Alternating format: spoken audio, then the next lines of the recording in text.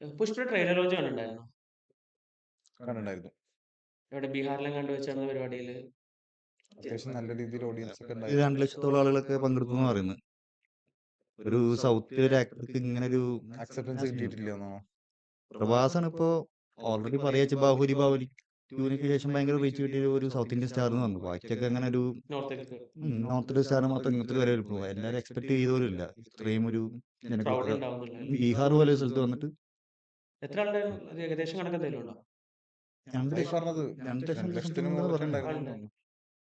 തോന്നുന്നു. പുഷ്പ ഒരു ബ്രാൻഡായി മാറിക്കഴിഞ്ഞു.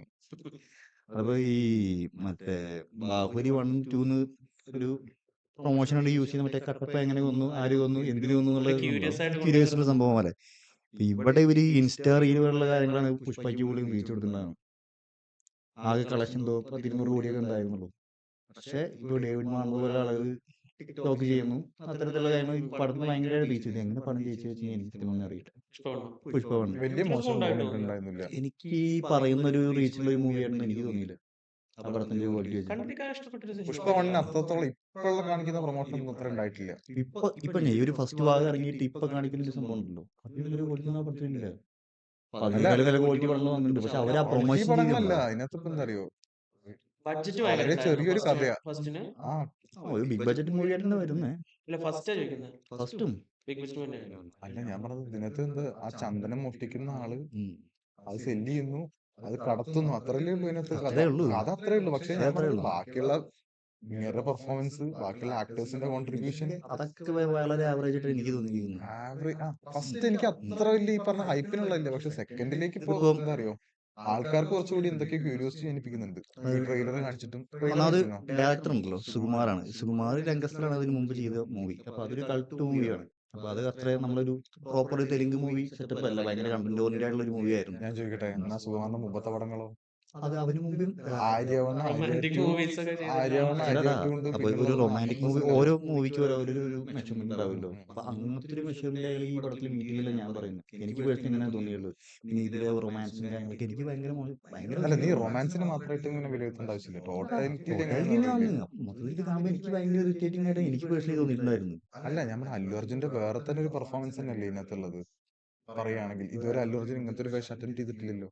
ഇയാള് മാസം ഇഷ്ടംപോലെ മാസ് ചെയ്തിട്ടുണ്ട്. ഞാൻ പറഞ്ഞത് ഇങ്ങനെ ഒരു ഈ ഒരു ലുക്കിലും ഒരു ലുക്കിൽ വ്യത്യാസമുണ്ട് പറയും. പിന്നെ എന്താണ് ഈ ഷോൾഡർ ജസ്റ്റ് ഒന്ന് പൊക്കിയിട്ട് അത് ക്യാരി ചെയ്ത് ആ കൊണ്ടുവന്ന് ക്യാരക്ടർ അങ്ങനെയാണ്. ആണ്. അല്ലാതെ എനിക്ക് മാരകമായിട്ട് പിന്നെ നാഷണൽ അവാർഡ് പുള്ളിയെ കിട്ടി ഞാൻ ഒരു കാര്യം സിനിമയ്ക്ക് പറയട്ടെ, വേണ്ടിയിട്ട് അപ്പൊ KGF ഒക്കെ ചെയ്യുന്ന മറ്റേ യാഷ് ഒക്കെ ചെയ്തതോ പഴയ ഒരു 80s ലുക്ക് വെച്ചു അറിയുള്ളൂ. മാസ് സാധാരണ BGM ചെയ്തു. കയറ്റിയ പക്ഷെ മാസ് അയാൾക്ക് നല്ല കാണുന്നു. അക്സെപ്റ്റൻസ് ഉണ്ട്. അപ്പൊ Acceptance അതിനെ കിട്ടി. ഇഷ്ടമല്ല ഞാൻ എന്നാ ഞാൻ പറയുന്നത്. പറയുന്നത് നാഷണൽ അവാർഡ് പോലെ ഉണ്ടല്ലോ, അതിനുള്ള ഒരു ക്വാളിറ്റി ഓ, ഞാൻ അങ്ങനെ പറയുന്നത്. National national award. അവാർഡ് ഒരു നാഷണൽ അവാർഡുള്ള ഒരു സംഭവം ചെയ്തിട്ടില്ല.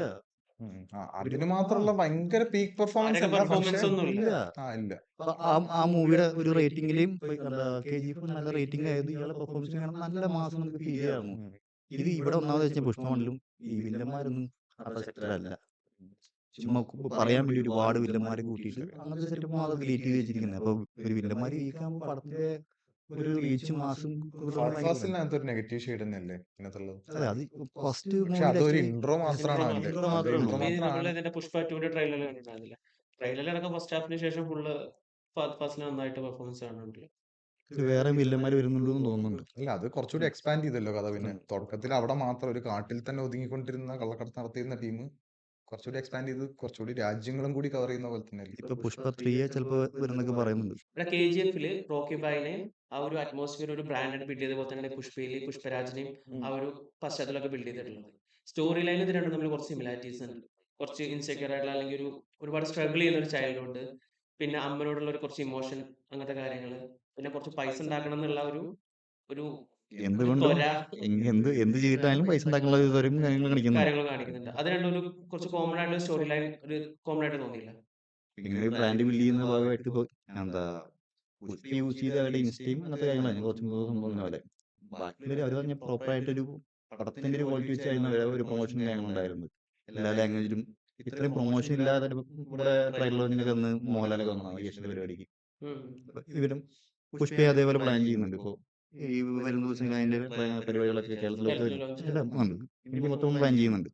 അപ്പൊ ഇവര് ഇപ്പൊ കൂടുതലായിട്ട് മറ്റേ സോഷ്യൽ മീഡിയ ഒരു ഡിജിറ്റൽ യുഗമാണല്ലോ. അപ്പൊ അങ്ങനത്തെ മിസ്റ്റേക്കും ഇപ്പൊ ഞാൻ ഇത് കേട്ടെന്താന്ന് വെച്ച് കഴിഞ്ഞാൽ ഇവര് ഓൾറെഡി പ്ലാൻ ചെയ്യണം. പുഷ്പ 2 സിനിമ എടുക്കുമ്പോൾ തന്നെ ഈ റീൽസുകൾക്കും ഷോർട്സിനും പോസിബിൾ ആയ കണ്ടന്റുകളായ സിനിമ ഉണ്ടാവണമെന്നാണ് ഓൾറെഡി പ്ലാൻ. അത് വെച്ച് അടുത്ത പ്രൊമോഷൻ അപ്പൊ അങ്ങനത്തെ പ്രൊമോഷൻ അപ്പൊ ഡേവിഡ് ഉപ്പ് പോലെ ആളുകളൊക്കെ ഈ സാധനം വെച്ച് ഒരു റീൽ ചെയ്യുമ്പോൾ കുറച്ചുകൂടി റീച്ച് കൂടുകയാണ്. ഓൾറെഡി ഇവര് ഈ പുഷ്പ 1 അതിന്റെ റീൽ വെച്ച് ഉണ്ടാക്കിയ റീച്ച് ഇപ്പൊ ഇന്റർനാഷണലി ഉണ്ട്. ഭയങ്കര പ്രീ റിലീസിന് 1000 സംതിങ് എത്ര കോടിയൊക്കെ കിട്ടിയെന്ന് പറയുന്നുണ്ട്. റിലീസ് ഓൾറെഡി ഇൻവെസ്റ്റ് ചെയ്ത പൈസ ഇപ്പൊ തന്നെ കിട്ടി കഴിഞ്ഞു. അതിപ്പോ നമുക്ക് കൂടുതൽ കിട്ടി കഴിഞ്ഞു. 100% ഉറപ്പിക്കാൻ പറ്റില്ല. ഇത് ചിലപ്പോൾ ഒരു പ്രൊമോഷൻ ഫിഗർ ഫിഗേഴ്സ് ഒക്കെ ആയിരിക്കാം. എത്രത്തോളം ശരിയായിരിക്കും എന്ന് നമുക്ക് പറയാൻ പറ്റില്ല. പ്രൊമോഷൻ ഫിഗർ ആയിരിക്കാം. വേറൊരു ഫാക്ടർ എന്താണെന്ന് വെച്ച് കഴിഞ്ഞാൽ ഇയാൾക്ക് ഈ ഒരു ഗ്രോത്ത് ഉണ്ടല്ലോ, ഈ പുഷ്പ 1 ഈ 2ക്ക് ഒരു 3 കൊല്ലത്തിന്റെ ഒരു കാലഘട്ടം ഉണ്ട്. ആ സമയത്ത് ഇയാളുടെ ഈ ബ്രാൻഡ് ഇപ്പൊ ഈ ഇപ്പൊ ബീഹാറിലും ഇത്ര ആൾക്കാർ ജനക്കൂട്ടം കൂടിയതല്ലേ. ഈ മറ്റേ അവിടുത്തെ കുറെ ഗോൾഡ് മൈൻ അങ്ങനത്തെ കുറെ ചാനലുകളുണ്ട്. ഈ ഹിന്ദി വേർഷൻ അവിടെ ഇട്ടിട്ട് അവിടെ ഫാൻസ് വീഡിയോണ്ട്. നമ്മുടെ പുലികളിലൊക്കെ യൂട്യൂബിലൊക്കെ 100 മില്യണൊക്കെ വ്യൂസ് ഹിന്ദി വേർഷന് ഉണ്ട് വ്യൂസ് 100 മില്യൺ 100 മില്യൺ അത്ര കണ്ട ആൾക്കാരുണ്ട് പുലികളിങ്ങനെ. ഈ പടത്തിന് അതിനേക്കാളും റീച്ച് ഉണ്ട്. കണ്ടുകൊണ്ട് അത്രയും ഫാൻസ് കൂടി ഉണ്ടാവും ആളുകൾ. ഇപ്പൊ എന്താന്ന് വെച്ച് കഴിഞ്ഞാൽ ഇയാൾ ഒരുപാട് ബ്രാൻഡുകളായിട്ട് കൊളാബറേറ്റ് ചെയ്തു. മൊത്തം 24 ബ്രാൻഡുകളായിട്ട് കൊളാബറേറ്റ് ചെയ്ത് 200 കോടിയുടെ വേർത്തുള്ള ഒരു പ്രൊമോഷനാണ് ഇതിനു വേണ്ടി ഈ പുഷ്പയ്ക്ക് വേണ്ടിയിട്ട് പറയുന്നത്. അപ്പൊ ഇനി ഇവര് കല്യാൺ ജ്വല്ലേഴ്സിന്റെ TVS ഗാലക്സി പോലെ എല്ലാ സ്നാക്സ് ഫാക്ടറിയുടെ അടക്കം എല്ലായിടത്തും പുഷ്പ ഇരിപ്പുണ്ട്. ടിവിയിൽ കണ്ടിട്ടുണ്ടായിരുന്നു മറ്റേ ഡാർക്ക് ഫാന്റസി നീ അയച്ചെന്നാണല്ലോ. അങ്ങനെ പ്രൊമോഷൻ ഈ പ്രൊമോഷന്റെ 2 സൈഡ് ഉണ്ട്. അല്ല, പ്രൊമോഷന് രണ്ടുപേരും ബെനിഫിറ്റഡ് ആവുന്നുണ്ട്. രണ്ടുപേരും benefit ആവുന്നുണ്ട്. ബ്രാൻഡിനും പ്ലസ് ഈ പ്രൊഡക്റ്റ് നമ്മളിനെ ഓരോ വാച്ച് ഇന്ന എഡിഷൻ അങ്ങനത്തെ കാര്യം ലിമിറ്റഡ് എഡിഷൻ എഡിഷൻ പോലെ. അതെ പുഷ്പ എഡിഷൻ അതാണ് ചെയ്തുകൊണ്ടിരിക്കുന്നത്. കുറച്ചേലും ഇതിന് വേണ്ടിയിട്ടായിരിക്കല്ലോ ഈ ഫോട്ടോ കിട്ടാൻ വേണ്ടിയിട്ട്, ഇത് വാച്ച് ചെയ്യാൻ വേണ്ടിയിട്ടോ കുറച്ചുകൂടി ഭയങ്കര ഫാൻ ഫോളോയിങ് ആയിട്ടുള്ള ആളുകളുണ്ടാവുമല്ലോ അതിൻ്റെ അവരിത് വാങ്ങിക്കും. ശരിക്കും അപ്പൊ ഇതിന് വേണ്ടിയിട്ട് പുഷ്പയുടെ ടീമിന്റെ പ്രൊഡ്യൂസർക്ക് കാശ് ചെലവ് വരും, പൈസ ചെലവ് വരും. രണ്ടുപേർക്ക് ബെനിഫിറ്റ് അല്ലേ? ബെനിഫിറ്റ് ഓക്കെ, പക്ഷെ പുഷ്പയുടെ ടീമും പൈസ കൊടുക്കേണ്ടി വരുമെന്ന് ചോദിക്കുന്നു. എന്തിന്? അവരുടെ ഒരു മറ്റേ പുഷ്പയുടെ പ്രൊമോഷന് വേണ്ടിയുള്ള സാധനങ്ങൾ അവരുടെ ഇതിൽ പ്രിന്റ് ചെയ്യാൻ വേണ്ടി അവർക്ക് കൂടുതൽ കഷ്ടം കിട്ടുമല്ലോ ഒരു സംഭവം വെച്ചിട്ട്. രണ്ടുപേരും ബെനിഫിറ്റ് ആണല്ലോ ഒരു സംഭവത്തിന്. ഈ സെയിം സാധനം എല്ലാ ഫിലിമിന്റെ പ്രൊഡ്യൂസേഴ്സിനും സിമ്പിൾ ആയിട്ട് യൂസ് ചെയ്തിട്ടുണ്ട്, ഒരു ചെലവില്ലാണ്ട്. അതിപ്പോ ഒരു ചെറിയ സിനിമയുടെ സാധനത്തിന് ചെറുതിന് വാങ്ങിക്കില്ല. ഓക്കെ, ബിഗ് ബഡ്ജറ്റ് ഇത് ഇങ്ങനെ ഒരു റീച്ച് ബിൽഡ് ചെയ്ത് വെച്ചുകൊണ്ടാണ് അവർക്ക് മ്യൂച്വലി ബെനിഫിറ്റ് ആവുന്നത്. അല്ലെങ്കിൽ ഇപ്പൊ ഈ ചെറിയ ടീമിന് മാത്രമേ ബെനിഫിറ്റ് ആവുള്ളൂ. ഇവരൊക്കെ ഒരു ബ്രാൻഡ് അംബാസിഡർ ആണ് അല്ലു അർജുൻ. അതുകൊണ്ടുകൂടിയാണ് ഈ സംഭവം വരുന്നത്. അല്ല, ഞാൻ ഇതിനിടെ കൂടെ ഒരു നയൻതാര ഏതൊരു സ്റ്റേജ് അവാർഡിലോ സ്റ്റേജ് ഷോയിലോ എന്തോ ഒരു അവാർഡ് അല്ലു അർജുന്റെ മേടിക്കാതെ സ്വന്തം ഹസ്ബൻഡിൽ നിന്ന് മേടിച്ചൊരു സീന് ഓർമ്മയുണ്ടോ? അന്ന് പക്ഷെ അല്ലു അർജുൻ അത്ര വലിയ സ്റ്റാർ അല്ല, അതായത് സൗത്തിലായിരുന്നു ഉണ്ടായിരുന്നത്. പക്ഷെ ഇപ്പൊ ആ സ്ഥാനത്ത് ഇപ്പൊ ചില റീൽസിലൊക്കെ കാണാം തിരിച്ചു അല്ല, അതിനുശേഷം അതന്നെ എനിക്ക് സത്യം പറഞ്ഞാൽ അതെന്താ അറിയാം, രണ്ടാമത് കണ്ടപ്പോഴേ പുഷ്പ ഇറങ്ങിയതിന് ശേഷം അത് കണ്ടപ്പോഴേ ബ്രാൻഡിന്റെ ഇതാണ്. ഇതേപോലെ മറ്റേ വിജയ് ദേവരകൊണ്ടൊക്കെ ഇതുപോലെ ഒരു സിനാരി ഉണ്ടാകുന്നുണ്ട്. ഭയങ്കര കളിയാക്കിയിട്ടുള്ളൊരു ഒരു പരിപാടി. ഇതല്ലോ ഇതിപ്പോ വളരെ ലൈറ്റ് ആയില്ല, അതിനും അപ്പുറത്തുണ്ടായി. അതിനുശേഷം അർജുൻ റെഡ്ഡി ഇറങ്ങിയിട്ട് അയാള് റീച്ച് മാറിയതും തിരിച്ചു വരിക ഒരാളെ മറ്റേ കാത്തി കെട്ടിട്ട് തിരിച്ചു കാണാൻ ഭയങ്കര ഇതാണല്ലോ. അല്ല, ഇതിപ്പോ എന്താ അറിയോ, ഇതൊക്കെ റീലിന് വേണ്ടി ഓരോരുത്തർ ഇങ്ങനെ കട്ട് Cut ചെയ്ത് ചെയ്ത് പക്ഷെ അതല്ല ഞാൻ പറഞ്ഞു. പക്ഷെ അത് കണ്ടപ്പോ രസം തോന്നിയെന്ന് പറയാ. അന്ന് അത്ര വിലമതിക്കാത്ത ആളെ ഇപ്പൊ അവളെക്കാളും നല്ല കുറച്ചും കൂടി എന്തായില്ലേ പറയില്ലേ ബ്രാൻഡ് വാല്യൂ. അല്ല, പ്രൊമോഷൻ കാര്യങ്ങൾ ഇപ്പൊ എത്രയൊക്കെ ചെയ്തു കഴിഞ്ഞാലും ഇപ്പോ പടം സക്സസ് ആയിക്കോളൊന്നും വലിയ നിർബന്ധമൊന്നുമില്ലല്ലോ. രണ്ടാം ഭാഗത്തിന്റെ കേസ്, രണ്ടാം ഭാഗം അടങ്ങിയ പടങ്ങൾ ഒരുപാട് കൊണ്ടുള്ളതാണ്. ഇന്ത്യൻ ടൂ ഒക്കെ ഭയങ്കര പരാജയം. ഇന്ത്യൻ ടൂ എന്നാ മെച്ചാന്നൊക്കെ പറയുന്നുണ്ട്. കങ്കുവിനെ കങ്കുവിന്റെ കാര്യം കേട്ടിരുന്നോ? അതന്നെ പറയാൻ തുടങ്ങിയത്. ഇപ്പോ പ്രൊമോഷൻ കേസിൽ പറയുകയാണെങ്കിൽ കങ്കു നന്നായിട്ട് പ്രൊമോഷൻ വന്നു. സൂര്യ അത്യാവശ്യം ഇൻട്രോവേർട്ട് ഒന്നും അല്ലെങ്കിലും കുറച്ചൊരു ഹംബിളായിട്ട് സംസാരിക്കുന്ന ഒരാളാണല്ലോ. ആള് ഇന്ത്യ സിനിമ എല്ലാരും മറ്റേ വാവളം എന്നൊക്കെ പറഞ്ഞു ഭയങ്കര ബഡ്ജറ്റ് എത്രയായിരുന്നു പറഞ്ഞത്? 350 കോടി എങ്ങാണ്ടുള്ള ബഡ്ജറ്റുള്ള പടം. അത്രയും പൈസ കിട്ടുന്നുണ്ട്. 62 കോടിയാണ് ആകെ കളക്ട് ചെയ്തിരുന്നത് കണ്ട്. ഈ ഓവർ പ്രൊമോഷൻ ഭയങ്കര മോശമായിട്ട് ബാധിക്കുന്നുള്ളത്. ഞാനൊരു സിനിമയ്ക്ക് പോകുന്ന സമയത്ത് തന്നെ അതിന്റെ ട്രെയിലർ കണ്ടിട്ടുണ്ടായിരുന്നു. ട്രെയിലർ കണ്ടപ്പോ എനിക്ക് അത്ര വലിയ താല്പര്യം തോന്നിയിട്ടില്ല കേട്ടോ. അതായത് ഈ സിംഗത്തിൽ കാണിക്കുന്ന പോലെയുള്ള അങ്ങനെ ഗർജനം കുറെ കേട്ടിരുന്നു അതിനകത്ത്. പക്ഷെ എനിക്ക് എന്താ അറിയോ, അല്ല അവൻ സൂര്യ നന്നായിട്ട് അഭിനയിക്കുകയൊക്കെ ചെയ്യും, പക്ഷെ എനിക്ക് അത്തരം കൂടെ ഒരു മാസം ഫീൽ ചെയ്യുന്നില്ല അറിയില്ലേ. അങ്ങനെ തിയേറ്ററിലേക്ക് തന്നെ പുള്ളി, പക്ഷെ എന്നിട്ടും കാണാൻ വിചാരിച്ചതാ. പക്ഷെ ഫസ്റ്റ് ഡേ തന്നെ കാണുന്ന റിവ്യൂസ് ഒക്കെ കണ്ടിട്ട് എന്താ അറിയോ, പോണ്ടാന്ന് വെച്ചത് അങ്ങനെയായിരുന്നു. ഈ ഓവർ ഹൈപ്പിന്റെ കൊണ്ടുണ്ടല്ലോ. ഇപ്പൊ ഈ എന്താ ഗോട്ട് ഉണ്ടല്ലോ, ഗോട്ട് മൂവിയുടെ പ്രൊഡ്യൂസർ തന്നെയാണ് ബിഗ് ബഡ്ജറ്റ് മൂവികൾ. പുള്ളിക്കാരുടെ ഒരു കൺസെപ്റ്റ് ആണ് ഭയങ്കര ബിഗ് ബഡ്ജറ്റ് ആയിട്ടുള്ള മൂവികൾക്ക് പ്രൊമോഷന്റെ ആവശ്യമില്ല. അത് ഭയങ്കര മോശമായിട്ടുള്ള രീതികളെ ബാധിക്കുന്നുള്ളത്. കാരണം ഓൾറെഡി ബിഗ് ബഡ്ജറ്റ് മൂവി ആണെങ്കിൽ ആളുകൾക്ക് അറിയാം ഇങ്ങനത്തെ ഒരു സിനിമ ഇറങ്ങുന്നുണ്ടെന്ന്. ഒരു പ്രൊമോഷൻ ചെയ്യണം. ഈ ഓവർ ഹൈപ്പിങ് ഈ 2000 കോടി അടിക്കും, 1500 കോടി അടിക്കും. അങ്ങനത്തെ വല്ലാണ്ട് ഇപ്പൊ വായ പൊളന്ന് നിൽക്കുന്ന എനിക്ക് ഫെയിംസ് പെട്ടെന്ന് ഒക്കെ ഒഡീസിന്റെ ഭയങ്കര സംഭവം മോശമാണ്. നമുക്കൊന്നും ഇല്ലെങ്കില് ഒടിയന്റെ ഓർമ്മ വന്നു. ഉം. ലാലേട്ടൻ നെഞ്ഞ് വിരിച്ചിറങ്ങി വരാന്ന് പറഞ്ഞു ദേവാസുരത്തിൽ 6 ജനിച്ച ആ ഡയലോഗ് അടിച്ചു. അതേപോലെ ആവശ്യമില്ല. പിന്നെ കങ്കു എന്തോ സൗണ്ടിന്റെ പ്രശ്നം പറഞ്ഞിട്ടുണ്ടായിരുന്നല്ലോ. ആ, ഡെസിബിളിന്റെ പ്രശ്നം ഉണ്ടായിരുന്നു. അത് ആക്ച്വലി നോർമലി ഒരു തിയേറ്ററിൽ ഒരു നമുക്ക് കേൾക്കാൻ പറ്റുന്ന ഒരു സൗണ്ട് ലിമിറ്റ് ഉണ്ടല്ലോ. 70-80 ഡെസിബിൾ അത് കണ്ടിന്യൂസ് ആയിട്ട് കേൾക്കാൻ പറ്റുള്ളൂ. അപ്പോ തിയേറ്ററിൽ എന്താന്ന് വെച്ച് കഴിഞ്ഞാൽ ഞാനൊരു തിയേറ്ററിൽ വെച്ച് സ്ക്രീൻഷോട്ട് എടുത്താണ് ഡെസിബിൾ മറ്റേ മെഷർ ചെയ്തിട്ട് സാധനം ഉണ്ടായത് 105 ഡെസിബിൾ കാണിച്ചു. 100 മുകളിലൊക്കെ ആണെങ്കിൽ ഇയർ അതെ. ഡാമേജ് വരാൻ അപ്പൊ ചാൻസ് 104 ഡെസിബിൾ മുകളിലൊക്കെ നമ്മളൊരു 15 മിനിറ്റ് കണ്ടിന്യൂസ് കേട്ട് കഴിഞ്ഞ് കഴിഞ്ഞാൽ നമുക്ക് കാര്യമായിട്ട് ചെവി അടിച്ചു പോകുന്ന പറയുന്നത്. ബാക്ക്ഗ്രൗണ്ട് ചെയ്ത ആ മനുഷ്യനെ ഏതായിരുന്നു പറഞ്ഞത്? ജയശ്രീ പ്രസാദ് ആ പക്ഷെ ഡയറക്ടറാണ്. DSPയുടെ പ്രശ്നമല്ല എന്ന് പറഞ്ഞു. അത് മിക്സിംഗിന്റെ പ്രശ്നം. സൗണ്ട് എഞ്ചിനീയർ പറഞ്ഞൊരു വ്യക്തി റസൂൽ ഉണ്ടായിരിക്കും. പൂക്കുട്ടി അതിനകത്തൊരു കമന്റ് ചെയ്തതല്ലേ? റസൂൽ പൂക്കുട്ടി പുള്ളി ഇതിന്റെ മെയിൻ ആണ്, ഓസ്കാർ വ്യക്തി. പുള്ളി ഒരു എന്താ ഇൻസ്റ്റാഗ്രാം പോസ്റ്റ് പോലെ പുള്ളി ഇട്ടുണ്ടായിരുന്നു. ഭയങ്കര സങ്കടമുണ്ട് ഇങ്ങനത്തെ ഒരു ഈ ടൈമിൽ വർക്ക് ചെയ്യുന്ന ആളായിട്ട്. ഇത് ഒരു സിനിമയ്ക്ക് ഏറ്റവും ബേസിക് ആയിട്ട് വേണ്ട സംഭവമാണ്. നമ്മൾ കാണുന്ന ശ്രദ്ധിച്ചില്ല എന്നുള്ളത്. കാഴ്ചയും മറ്റേ കേൾവിയൊക്കെ ഒരു ഒരു ഒരു ഇതിന്റെ ഒരു ഒപ്റ്റിമൈസ് ആയിട്ട് കേൾക്കുമ്പോൾ നമുക്ക് എഫക്ട് ആയിട്ടുള്ളൂ. അതുപോലും ഒരു ബിഗ് ബഡ്ജറ്റ് പടമായിട്ട് പോലും ശ്രദ്ധിച്ചില്ല എന്ന് പറയാൻ ഇല്ല. ഒരു നോർമൽ ചെറിയ സിനിമയ്ക്ക് ഒരു ചെയ്യേണ്ട ഒരു മെയിൻറ്റെയിൻ ചെയ്യേണ്ട ഒരു പിന്നെ ഇതാണല്ലോ അതിന് ഇതിന്. ശേഷം ഈ പ്രശ്നം മൊത്തത്തില് പൊന്തി വന്നപ്പോ പ്രൊഡ്യൂസർ ഇടപെട്ടിട്ട് തിയേറ്ററിലെല്ലാം സൗണ്ട് സൗണ്ട് കുറച്ചു കുറച്ചു. എന്നും പറഞ്ഞിട്ടുണ്ട്. അതും പറയുന്നുണ്ട്. പിന്നെ മ്യൂസിക് ഡയറക്ടർ കങ്കുവടിയും പുഷ്പടിയും സെയിം ആട്ടോ. DSP ആണ്. പക്ഷെ ഇപ്പൊ എന്താന്ന് വെച്ച് കഴിഞ്ഞാൽ ഈ ഇപ്പോ ഡിസംബർ 15 പടം ഇറങ്ങാൻ പോകുന്നു. അപ്പൊ പുള്ളിക്ക് എല്ലാം കൂടി ബാക്ക്ഗ്രൗണ്ട് എല്ലാം കൂടി മീറ്റ് ചെയ്യാൻ പറ്റില്ല എന്ന് വെച്ചിട്ട് ഇപ്പൊ 2-3 പേര് കൂടി ആഡ് ചെയ്തിരുന്ന പറയുന്നത്. ഈ ഗ്രൂപ്പ് പോലെ സാം CS കൈദിയുടെ മ്യൂസിക് ചെയ്തില്ലേ പുള്ളിയും പിന്നെ തമനും അതുകൂടി ബാക്ക്ഗ്രൗണ്ട് വർക്ക് ചെയ്യാൻ വേണ്ടി സോങ്സ് ഒക്കെ ഇയാൾ തന്നെയാണ്. പക്ഷെ ബാക്കിയുള്ള കാര്യങ്ങൾ ഇയാൾ കൂടി ആഡ് ചെയ്തിട്ടുണ്ട് ഇതില്.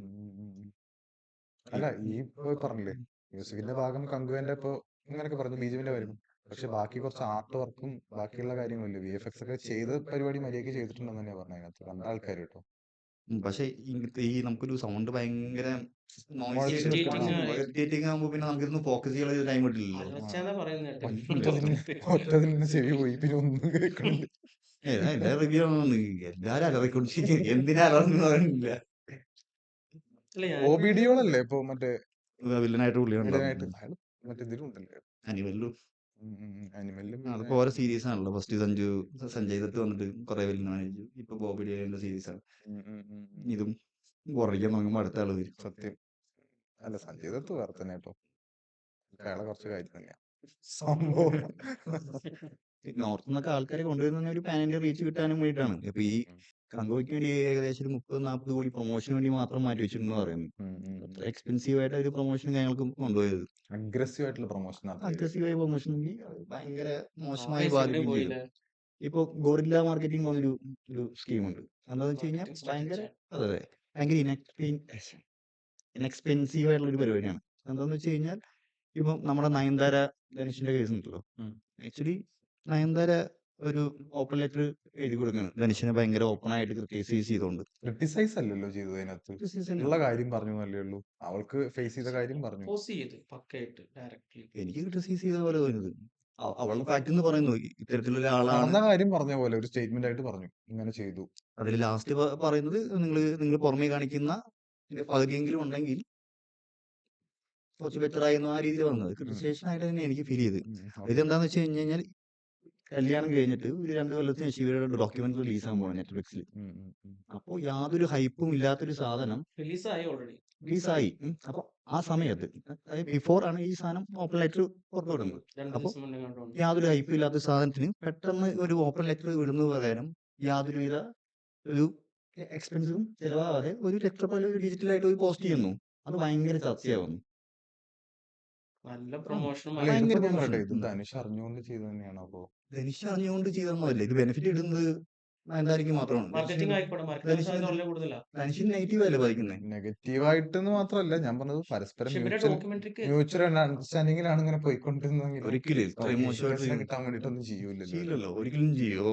ഇപ്പൊ ഇങ്ങനെ ഇപ്പൊ എന്താ ഒരു ആഡിന് ചെയ്തിട്ട് മണ്ടത്തിന് ഇപ്പൊ രൺബീറിന്റെ ഒരു ആഡ് ചെയ്തായിരുന്നു. എന്തോ ഇങ്ങനെ നെഗറ്റീവായിട്ട് എന്തോ കാണിച്ചിട്ട് ഫാൻ ഇതാക്കുന്നത് ഒരു ആഡായിരുന്നു. പക്ഷെ അത് കയ്യിൽ നിന്ന് പാളിപ്പോയി.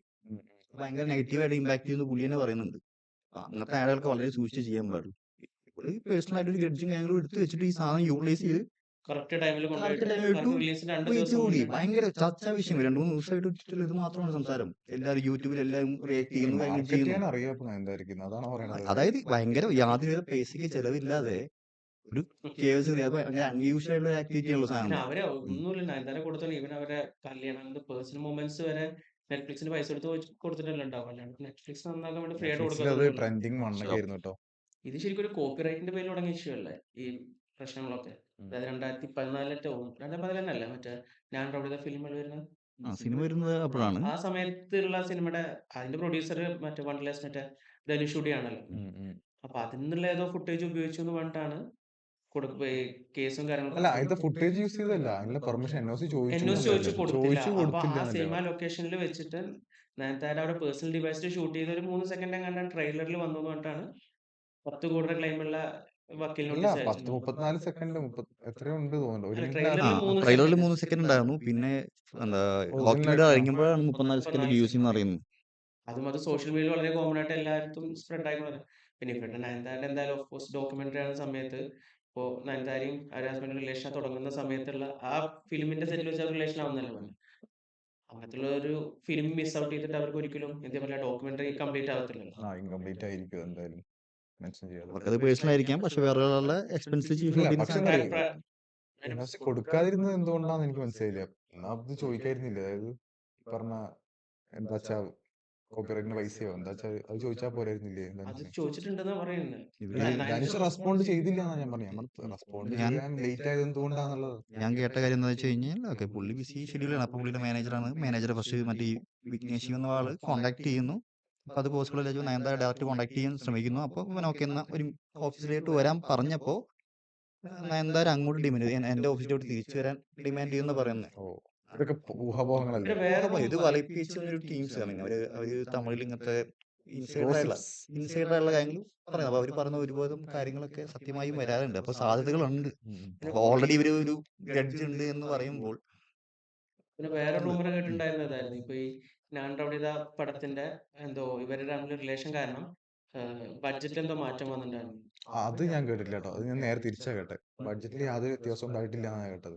അങ്ങനെയാണല്ലോ അത് കേട്ടത്. അതിലില്ല, 6 ഏതൊരു കോടി രാധിക എങ്ങാണ്ട് എന്നൊരു ആക്ട്രസ് സ്റ്റേറ്റ്മെന്റ് പറഞ്ഞായിരുന്നു. അതായത് അതിനകത്ത് തന്നെ സ്മൂത്ത് ആയിട്ട് പോയി സ്മൂത്ത് ആയിട്ട് പോയിണ്ടാവുന്നു. പോയി തന്നെയാ പക്ഷെ ഇത് പറഞ്ഞത്. റൂമറാണ്. Rumour, എക്സാക്ട്ലി അറിയുന്നത് റൂമായിട്ട് കേട്ടാണ്. 6 കോടി എങ്ങാണ്ട് ബഡ്ജറ്റ് ഇവർ റിലേഷൻ കാരണം അല്ല, അത് 16 കോടി. 16 കോടിക്ക് എത്തി. പ്രോഫിറ്റബിൾ ആയിരുന്നു. അതായത് പ്രോഫിറ്റ് പടം സൂപ്പർ ഹിറ്റ് ആണ്. പക്ഷെ ഇവിടെ പറയുന്ന കാര്യം എന്താ വെച്ച് കഴിഞ്ഞാൽ, ഇയാൾക്ക് ഇത് ലെസ് പ്രൈസിന് സെല് ചെയ്യേണ്ടി വന്നു. കാരണം ചിലപ്പോൾ ഒന്നെങ്കിൽ ഇയാൾ ഔട്ട്റൈറ്റ് ഡീല് മൊത്തം സിനിമ ഷൂട്ടിംഗ് തുടങ്ങുന്നതിന് മുമ്പ് തന്നെ വിറ്റ് കഴിഞ്ഞിട്ടുണ്ടായിരുന്നെങ്കിൽ പിന്നെ അത് കൂട്ടി ചോദിക്കാൻ ബുദ്ധിമുട്ടായിരിക്കും. പക്ഷെ ഇയാളത് ഔട്ട്റൈറ്റ് ഡീൽ വിറ്റുമോ നമുക്കറിയില്ല. നോർമലി ഒട്ടും കോൺഫിഡൻസ് ഇല്ല. ഇതെങ്ങനെയെങ്കിലും അങ്ങനെ അങ്ങനത്തെ ഒരു മെന്റാലിറ്റിയിലാവും. അല്ലെങ്കിൽ ഒരു ഡിമാൻഡ് ചെയ്യാനോ പറ്റില്ല. കിട്ടിയ പൈസക്ക് അങ്ങോട്ട് പോട്ടെ എന്ന് കോട്ടയം എന്നുള്ള ലെവല്. അപ്പൊ കൂടുതലും ഇയാളെ ഇൻഡസ്ട്രിയിലുള്ള ഒരു വ്യക്തി അല്ല, തന്നെയാണ്. ഞാൻ ചോദിക്കട്ടെ, ഈ വിജയ് സേതുപതി നയൻതാര ഈ രണ്ടുപേരുള്ള സ്റ്റാർഡം ഉള്ള സ്റ്റാർ സ്റ്റാർട്ടഡ് ആയിട്ടുള്ള ആ മൂവി എന്തുകൊണ്ട് ഈ പറഞ്ഞ അങ്ങനത്തെ ഒരു ഡൗട്ട് ഉണ്ടാവുമോ? എനിക്ക് കേട്ടപ്പോൾ ലോജിക്കലായിട്ട് തോന്നിയില്ല. അപ്പൊ ഇയാൾ എങ്ങനെ പ്രോഫിറ്റുകളായി വിറ്റിട്ടുണ്ടാവും ഞാൻ വിചാരിക്കുന്നത്. കാരണം സൂപ്പർ ഹിറ്റ് ആയ പടത്തിന് അങ്ങനെ ചെറിയ എമൗണ്ട് കൊടുത്തിട്ടുണ്ടാവും എനിക്ക് തോന്നുന്നില്ല. ഈ ആക്ച്വലി എന്താ സംഭവിച്ചെന്നോ വേറെ എന്തെങ്കിലും ഇടയിൽ സംഭവിച്ചിട്ടുണ്ടായിരിക്കും മേ ബി ചിലപ്പോൾ. എന്തോ ചെറിയൊരു ക്ലാഷ് അവര് നയൻതാര ധനുഷ് ഇഷ്യൂ എന്തോ ആ പടത്തിന് ശേഷം ഉണ്ട്. ഞാൻ പിന്നെ കാരണം അവരുടെ വിജയ് ടിയുടെ ഒരു ഫിലിം ഫെയർ അവാർഡിലും കാണുന്നു. വിജയ് ടിയുടെ തോന്നുന്നു നയൻതാരയുടെ ഒരു വീഡിയോ ക്ലിപ്പിംഗ് കണ്ടിട്ടുണ്ടായിരുന്നു. ജസ്റ്റ് ഈ പടത്തിൽ ഞാൻ അഭിനയിച്ചത് പ്രൊഡ്യൂസർക്ക് ഒട്ടും ഇഷ്ടമായില്ല അങ്ങനത്തെ പറഞ്ഞുള്ള ധനുഷ് ഇഷ്ടമില്ലാണ്ട് ഞാൻ കണ്ടിട്ടുണ്ടായിരുന്നു. സോറി അടുത്ത തവണ ശരിയാക്കാൻ പറഞ്ഞുള്ളൊരു. അല്ല, ഞാൻ കേട്ടത് ഇവര് തമ്മിൽ ഫ്രണ്ട്സ് ആയിരുന്നു. ഭയങ്കര ക്ലോസ് ഫ്രണ്ട്സ് ആയിരുന്നു. കാർത്തികേയന്റെ ഏതോ ഇതിപ്പോ ഒരു ബേസിക്കലി മൂവിയിലൊക്കെ നമുക്ക് ഒരു കണ്ടറിയാലോ, ഒരു എന്തോ പേഴ്സണൽ ഗ്രജിന്റെ കാണാൻ 3 സെക്കൻഡൊക്കെ നോർമലി ആളും 10 കോടിയൊന്നും ചോദിക്കുന്നില്ല. ഇതിന്റെ പ്രശ്നങ്ങളുണ്ടായിരിക്കാം. ഇളയരാജയോ? ഇളയരാജ ഇഷ്യൂ എന്ന് പറയുന്നത് പുള്ളിക്ക് ഞാൻ റേറ്റ് ഇളയരാജയ്ക്ക് ഉണ്ട്. എടുത്തിട്ടല്ല ഞാൻ പറഞ്ഞത്.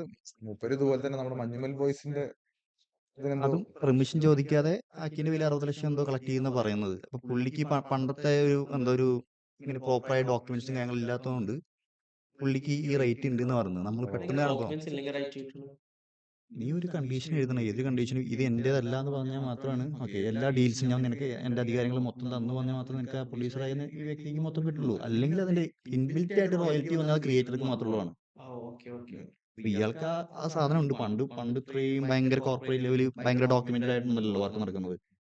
വാക്കിന്റെ വെറുതെ ആയിട്ടുള്ള കാര്യങ്ങളും സംഭവം ഉണ്ടാവുക. അപ്പൊ അന്നത്തെ ഒരുപാട് ഇയാൾ എത്രയോ കാലങ്ങളായിട്ട് മ്യൂസിക് ചെയ്യുന്നത്. അപ്പൊ അന്നത്തെ പല സോങ്ങുകളുടെയും കംപ്ലീറ്റ് റൈറ്റ്സ് ഇയാളുടെ കയ്യിലുണ്ടെന്ന് പറയുന്നത് ഇപ്പോഴും ഉണ്ട്. അപ്പൊ ഇയാൾക്ക് ഡിസൈഡ് ചെയ്യാം. അപ്പൊ ഇയാൾ പറഞ്ഞ് 10 രൂപയ്ക്ക് വേണോ 1 രൂപയ്ക്ക് വേണോ, ഇപ്പൊ ഈ മറ്റേ ഒന്നും കൊടുക്കാതെ ഫ്രീ ആയിട്ട് ഫ്രീ ആയിട്ടോ, ഇപ്പൊ ഈ മറ്റേ കമലഹാസന്റെ സ്റ്റുഡിയോ ഉണ്ടല്ലോ, അത് ഫ്രീ ആയിട്ടാണ് കൊടുക്കുന്നത്.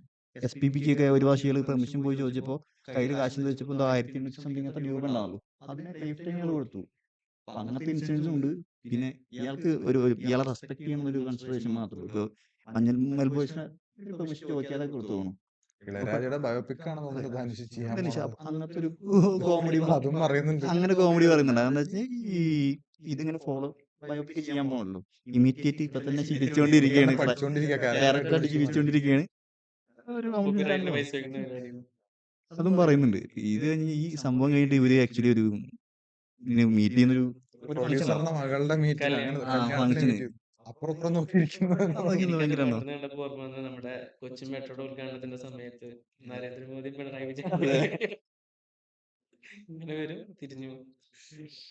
അവർക്കൊന്നും പ്രശ്നമൊന്നുമില്ല അറിയില്ലേ. രാഷ്ട്രീയക്കാര് പിന്നെ അല്ല, അതല്ല, പറഞ്ഞില്ലേ, just ആ- അന്തർധാര സജീവാന്നല്ല പറയുന്നത്. maybe അതേ പറഞ്ഞ പോലെ കട്ട് ചെയ്ത് ഈ troll ഞാൻ കണ്ടായിരുന്നു. കട്ട് ചെയ്ത് കൊണ്ടുവന്നിട്ട് ആ ഒരു പല സെക്കൻഡും കട്ട് ചെയ്ത് മാറ്റിയിട്ടൊക്കെ എഡിറ്റ് ചെയ്തായിരിക്കാം. എന്നാ പോലെ കാണുമ്പോൾ ഒരു രസം. അല്ല പിന്നെന്നറിയോ, ഇവളിങ്ങനെ കുറച്ച് മെൻഷനിങ് ചെയ്തിട്ടുണ്ട് ആ ലെറ്ററിന്റെ കാര്യം ആ, പറഞ്ഞില്ലേ.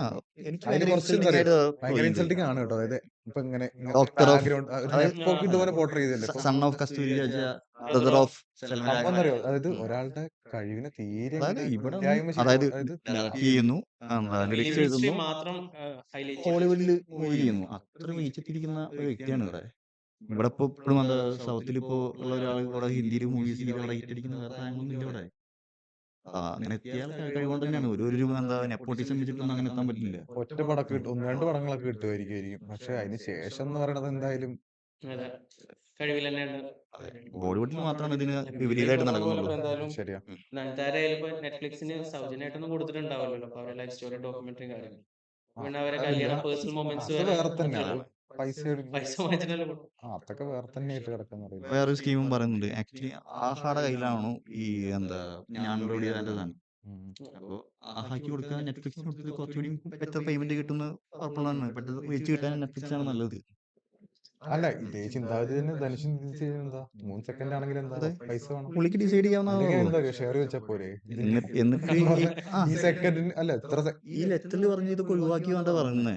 എന്നിട്ട് ഡോക്യുമെന്റ് വന്നപ്പോ അതിലുണ്ടേനി പറഞ്ഞാലും ഒരു വല്ലാതായില്ലേ, ഒഴിവാക്കി ഭയങ്കര സങ്കടത്തോടെ ഒഴിവാക്കി എന്നൊക്കെ പറഞ്ഞു. മറ്റേ ആഡ് ചെയ്തില്ലേ. 18-ാം തീയതി കണ്ട് റിലീസായി. ഇപ്പൊ ട്രെൻഡിങ് വണ്ണിലൊക്കെ അത്രയും ഡിസ്കഷൻ പോയിന്റ് കൊണ്ട് കിട്ടുന്നല്ലേ. അല്ല അതാ പറഞ്ഞു. ഇപ്പൊ അറിയാം ധനുഷ് അങ്ങനെ മണി ഓറിയന്റഡ് ആയിട്ട് ചിന്തിച്ചെങ്കിലും എനിക്ക് വലിയ പ്രശ്നം ധനുഷ് റിയാക്ട് ചെയ്തില്ല. ഇപ്പൊ ധനുഷ് റിയാക്ട് ചെയ്തിരുന്നെങ്കിൽ കുറച്ചുകൂടി റീച്ച് ഇട്ടുണ്ടാവും. കൂടുതലേ ഉള്ളൂ. അങ്ങനെ എന്റെ ചെലവിൽ ജീവിക്കുന്നതാണല്ലോ. അല്ല അതാ പറഞ്ഞു. അങ്ങടായി കഴിഞ്ഞാൽ കുറച്ചും കൂടി ആൾക്കാർ കാണും. കുറച്ചും കൂടി ഈ നയൻതാര വിഷയം ധനുഷിന്റെ ഇഷ്യൂ ഭയങ്കര പീക്കുന്ന സമയത്തായിരുന്നില്ല ജ്യോതികന്റെ ഒരു ഇൻസ്റ്റാഗ്രാം പോസ്റ്റ് ഉണ്ടായിരുന്നു. കങ്കുവിനെ മനഃപൂർവ്വമായിട്ട് ഡിഗ്രേഡ് ചെയ്തോണ്ടിരിക്കാന്നൊക്കെ പറഞ്ഞിട്ടൊരു സാധനം. മോശം സിനിമകളെ നന്നായി പോയി കാണുന്നുണ്ട്. അതായത് അവൾ പിന്നെ അഡ്മിറ്റ് ചെയ്യുന്നുണ്ട് കേട്ടോ. തുടക്കത്തിലെ കുറച്ച് പോർഷൻസ് ഒക്കെ എന്തൊക്കെയോ കുറച്ച് പ്രശ്നങ്ങളുണ്ടായിരുന്നു. പക്ഷെ ബാക്കിയുള്ളത് ടെക്നിക്കൽ സൈഡൊക്കെ ഭയങ്കര പെർഫെക്റ്റ്. ഇനീഷ്യലി സംഭവം മോശമായി കഴിഞ്ഞ പിന്നെ ആളുകൾക്ക് പിന്നെ ബാക്കിയുള്ളതും ഇറിറ്റേറ്റിംഗ് അല്ലേ തോന്നുള്ളൂ. പക്ഷെ അയാള് നന്നായിട്ട് എഫേർട്ട് എടുത്ത പടം കൂടിയല്ലേ സൂര്യയുടെ. 3 വർഷം അതായത് ഇപ്പോ ഈ സുധാകങ്കയുടെ പുറന്നൂറ് കണ്ട ഒരു സിനിമ ഉണ്ടായിരുന്നു. അത് ഹിന്ദി ഇമ്പോസിഷൻ ബേസ് ചെയ്ത മൂവി ആയിരുന്നു. ഇയാൾ കങ്കോ ചെയ്ത് പാൻ ഇന്ത്യൻ ആകുമ്പോൾ അവിടെ ഹിന്ദി ഇങ്ങനെ അഗേൻസ്റ്റ് ആയുള്ള മൂവികൾ ചെയ്ത് കഴിഞ്ഞാൽ പ്രശ്നം വെച്ച് ഇത് നല്ല മൂവി ഞാൻ വിശ്വസിക്കുന്ന. അതായത് സുധാകങ്കരെ പോലുള്ള ഡയറക്ട് ചെയ്യാൻ പോകുന്ന മൂവിയാണ്. സുറൈ പൊട്ടറൊക്കെ ചെയ്തുള്ള വ്യക്തി അത് ഒഴിവാക്കിയിട്ടാണ് ഈ കങ്കോയ്ക്ക് വേണ്ടി പോകുന്നത്. എന്നിട്ടാണ് ഇങ്ങനെ ഒരു മോശം സാധനമായത്. സംഭവം അറിയോ, ശരിക്കും ഇപ്പൊ ആലോചിച്ചൊക്കെ ഒരു കഥ വരുന്നു. എങ്ങനെ ഇപ്പൊ നല്ലതാണോ മോശമാണോ നമുക്ക് ശരിക്കും ഒരു കഥ ചൂസ് ചെയ്യുന്നതിലായിരുന്നു നീ. എന്തായാലും പ്രൊഡ്യൂസർമാരും ബിഗ് ബഡ്ജറ്റ് ലോ ബഡ്ജറ്റ് ആണെങ്കിൽ പോലും പടത്തിന്റെ ബഡ്ജറ്റ് അല്ല ഞാൻ ഒരു വൺ ലൈൻ നോക്കിയിട്ടല്ലേ ഇതിപ്പോ. അതിന് റിസ്ക് ഉണ്ടെന്ന് അറിയില്ല. ഇപ്പൊ തെറ്റ് പറയാനൊന്നും പറ്റില്ലല്ലോ. ഇപ്പൊ റിസ്ക് ഇപ്പോ ഒരു ഡയറക്ടറുടെ പ്രീവിയസ് മൂവീസ് ഒരു കഥയായിട്ട് ഒരു വൺ ലൈൻ ആയിട്ട് വന്നു. ഇത് ഹിറ്റ് ആവില്ലയോ അങ്ങനത്തെ സ്ക്രിപ്റ്റ് പറയുന്നത് ഒരു സാധനം ഉണ്ടല്ലോ. അത് കിട്ടിയതിന് ശേഷമല്ലേ പിന്നെ സ്ക്രിപ്റ്റിന്റെ കാര്യം. അതാ ഞാൻ പറഞ്ഞു, ഒരാളുടെ ഒരു ഡയറക്ടർ ചെയ്ത് കഴിഞ്ഞാൽ അയാളെ ബാക്കിയുള്ള മൂവികളൊക്കെ വെച്ച് കൺസിഡറേഷൻ കൊടുക്കണം പറയുന്നത്. അപ്പൊ അല്ല ഒരു വലിയ റിസ്ക് എടുക്കുന്നുണ്ടെന്ന് പറയാം. നമുക്കത് വലിയ റിസ്ക് ആയിരുന്നു. അയാൾ വിചാരിച്ചത് നന്നായിരുന്നല്ലേ വിചാരിച്ചത്. എല്ലാരും മോശം അല്ല, പടം മോശം വിചാരിച്ചിട്ട് പണ്ടിട്ട് ചെയ്തല്ലോ. ഒരാള് മോശം പടം ചെയ്യണം ചെയ്യല്ലോ. പുള്ളി വിചാരിച്ചത് സക്സസ്ഫുൾ ആയിട്ട് ഒരു പടം തന്നെ ആയിരിക്കും. ഓക്കെ, പാൻ റീച്ച് ചെയ്തു. അതുകൊണ്ടാണ് ഇത്രയും നല്ല മൂവി ആവുന്ന ഉറപ്പുള്ള സാധനം പോലും ഒഴിവാക്കിയിട്ടാണ് ചെയ്യാൻ നിൽക്കുന്നത്. പിന്നെ ചിലർക്ക് കൺവിൻസ് ചെയ്യാനുള്ള ഒരു കഴിവുണ്ടല്ലോ. അതുണ്ട്. സംസാരിച്ച് കൺവിൻസിങ് സ്റ്റാർ. അതായത് സംസാരിച്ച് വീഴ്ത്താനുള്ള കഴിവുള്ള ഒരുപാട് ആക്ടേഴ്സ് ഉണ്ടായിരിക്കും. ഈ ശിവ അങ്ങനെയാണോ? അതുകൊണ്ടല്ലോ ഇപ്പൊ അജിത്തിനെ കണ്ടിന്യൂസ് ആയിട്ട് 3-4 മൂവി അടുത്ത ചെയ്യുന്നത്. പടം അജിത്തിന്റെ ആണോ വരാൻ പോണത്? അജിത്താന്ന് പറയുന്നുണ്ട്. ഞാൻ ട്രോള് കണ്ടായിരുന്നു കേട്ടോ, അങ്ങനെ പറഞ്ഞതാ. സൺ പിക്ചേഴ്സ് ആയിട്ട് ചേർന്ന് അതാ പറയപ്പെടുന്നു. അജിത്ത് ഓടുന്നതാ, ഒളിച്ചു നടക്കുന്നു. അത് വേറെ കോമഡി ആയിട്ട് ഇയാളുടെ പടങ്ങളൊക്കെ സ്റ്റാർട്ട് ചെയ്യുന്നത് അജിത്തും ശിവള്ള് വി സ്റ്റാർട്ട് ചെയ്ത് എം വീരം വേതാളം വിശ്വാസം ഫാൻസ് വേണ്ടാം ഈ പടം നമുക്ക് വേണ്ടാന്നുള്ളതാണല്ലോ. അങ്ങനത്തെ ഒരു ടോൾ ഉണ്ടാവും. ഈ കങ്കുവയുടെ കാര്യം പറഞ്ഞില്ലേ, കങ്കുവ തന്നെ 1-2 ദിവസം കൊണ്ട് ഞാൻ കാണാൻ വിചാരിച്ചതാ. ട്രെയിലർ കണ്ടതിന് ശേഷം എനിക്ക് അത്ര ഇഷ്ടമായിട്ടൊന്നും ഇല്ലെങ്കിൽ പോലും ഇഷ്ടമല്ലെങ്കിൽ പിന്നെ എന്താ കാണാൻ പോകുന്നത്? അല്ലല്ല, ഞാൻ പറഞ്ഞത് ഇത്രയും ബിഗ് ബഡ്ജറ്റ് പടമാണ്, അത്യാവശ്യം നല്ല രീതി സൂര്യയുടെ 3 വർഷം വെയിറ്റ് ചെയ്തതിന്റെ ആ പടമാണ്. ഇത്രയും എഫേർട്ട് എടുത്തുള്ള പടം പിന്നെ സ്വാഭാവികമായിട്ട് നമ്മൾ കാണാതെ അറ്റൻഡ് പോയി നടത്താതിരിക്കുന്നു എനിക്ക് തോന്നുന്നില്ല. ഫസ്റ്റ് ഡേ തന്നെ റിവ്യൂ കണ്ടു, നോക്കുമ്പോ എല്ലാരും ഭയങ്കര മോശം.